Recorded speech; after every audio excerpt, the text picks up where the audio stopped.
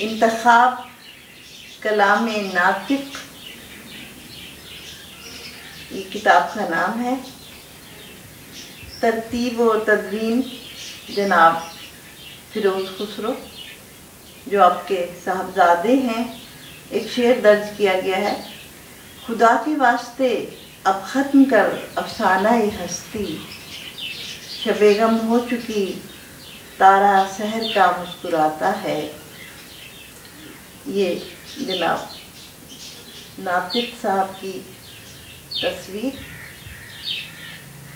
یہاں ایک شعر درج ہے: میری صورت بدل ڈالی کسی کے رنج فرقت نے، میری صورت بدل ڈالی کسی کے رنج فرقت نے، کہ اپنی شکل مجھ سے آپ پہچانی نہیں جاتی۔ کوہنامہ شاعر جناب فیروز خسرو کے والد محترم۔ اس میں نظمیں اور غزلیں شامل ہیں، مختلف موضوعات پہ نظمیں لکھی گئی ہیں۔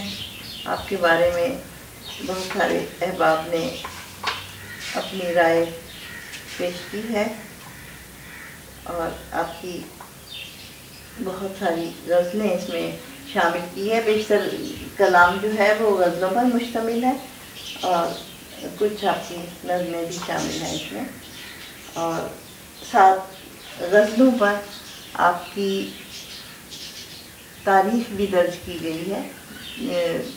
جب غزل یا شاعری جب لکھی گئی اس کی تاریخ بھی درج کی گئی ہے۔ یہ 16 اکتوبر 1943 کی غزل پڑھتی ہوں۔ ہوائیں وجد میں آتی ہیں جب وہ گنگناتا ہے، فضائیں جگمگا اٹھتی ہیں وہ جو مسکراتا ہے۔ کوئی ربط نہاں شاید یہاں بھی کار فرما ہے، قریب شمع کیوں پروانہ بے تابانہ آتا ہے۔ زمانہ چین سے سوتا ہے سناٹے میں راتوں کو، کہانی دکھ بھری کوئی ستاروں کو سناتا ہے۔ خدا کے واسطے اب ختم کر افسانہ ہستی، شب غم ہو چکی تارا سحر کا مسکراتا ہے۔ یہ نوحہ ہے جسے نغمہ سمجھ کر داد دیتے ہیں، سرے محفل کوئی روداد رنج و غم سناتا ہے۔ زمیں قربان ہوتی ہے میرے بے تاب سجدوں پر، زمیں قربان ہوتی ہے میرے بے تاب سجدوں پر، میری مجبور آہوں سے فلک بھی تھر تھراتا ہے۔ بکھر جاتا ہے شیرازہ میری ہستی کا اے ناطق، کوئی دھیمے سروں میں رات کو جب گنگناتا ہے۔ یہ انتخاب ہے کلام ناطق، کتاب کا نام ہے انتخاب کلام ناطق، اور اس آپ کے صاحبزادے جناب فیروز خسرو نے ترتیب و تدوین، اور اس کے علاوہ آپ کی زندگی کے بارے میں آپ کے حالات زندگی درج کیے گئے ہیں۔ پروفیسر سحر انصاری لکھتے ہیں: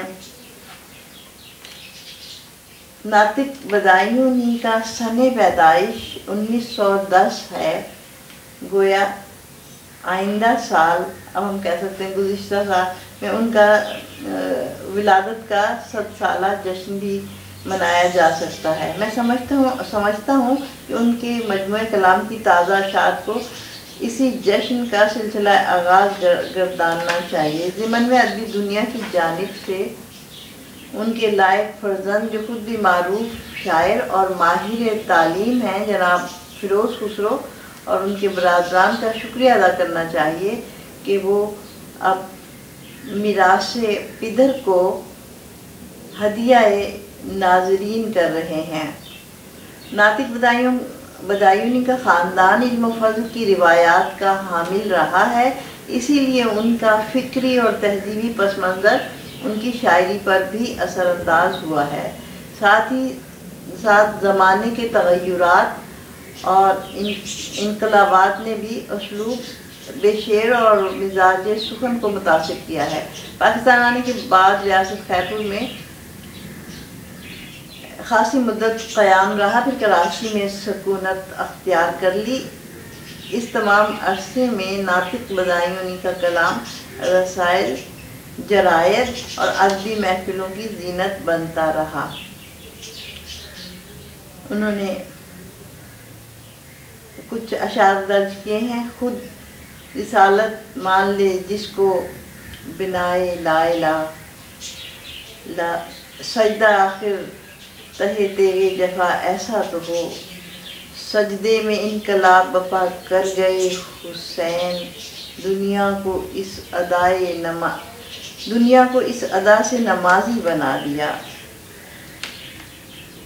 یہ مصر کا بازار ہے اے یوسف ناطق، دامن کو بچائے ہوئے گزرے گا کدھر سے۔